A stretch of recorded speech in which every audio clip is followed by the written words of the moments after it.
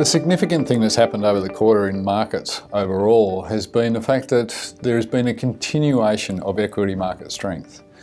Now, this strength has really come from a lot of sort of more short-term factors. There's been a lot of stimulus that's been pumped into the economies like Japan, where the Bank of Japan has actually started to buy equities to actually prop up the market. Now, this is a function that not necessarily is linked to a lot of the fundamental economic and general sort of investor confidence that's out there in the marketplace, but it is driving the short-term performance of the market at the moment. What investors are really looking for is yield. And how are they finding that yield? Well, this is where we start to come back to investors are looking for a yield that is coming through dividends in stocks. And that's been a big function in relation to the way that the market has performed, and particularly around the globe.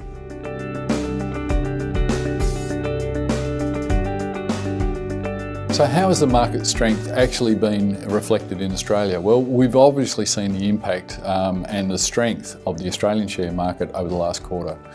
It's been purely as a result of dividend yield and what investors are prepared to pay to actually get that yield enhancement. You know, we've got cash rates which are relatively low, term deposit rates are coming down, and investors really want to know where are they going to be able to get some of that yield. 5 stocks in particular that have been driving our market up higher actually represent probably 80% of the overall rise in the ASX 200, with 4 big banks and Telstra. People want the dividend yield that those companies are being able to provide. And this is where we need to sort of start to think about, as investors, is that sustainable? Is the market going to continue to sort of drive up those particular stocks higher just on the basis that they're offering an attractive dividend yield compared to yield that you can get on a term deposit or on any other sort of security or a bond?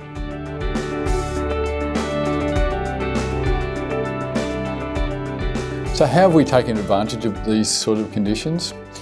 Well, the focus on yield is not something that's necessarily going to go away. And we need to be really conscious of the fact that when markets are being driven by a particular theme, you have to be able to analyse whether or not it's going to continue on into the future and what are going to be the factors that are actually going to derail that particular outcome. So the things that we're sort of thinking about is whether or not the valuations that are being applied to some of those bank stocks are going to actually be jeopardised by a certain event. So when we do think about that, it's about, okay, liquidity is being pumped into the economy through central banks right around the world.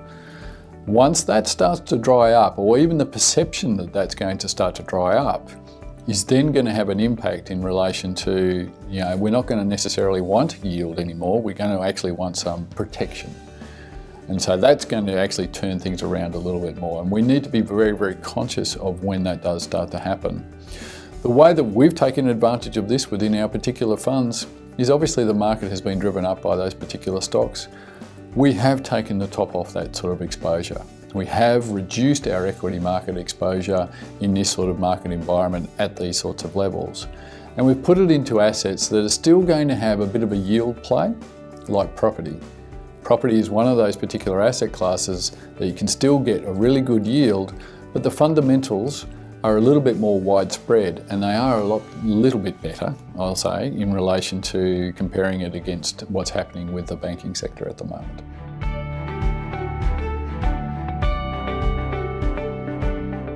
So some of the key global risks that we're monitoring at the moment really relate to what's happening around the world, but whether or not that there is going to be any sort of continuation of the economic momentum that has been demonstrated to some extent over the first quarter.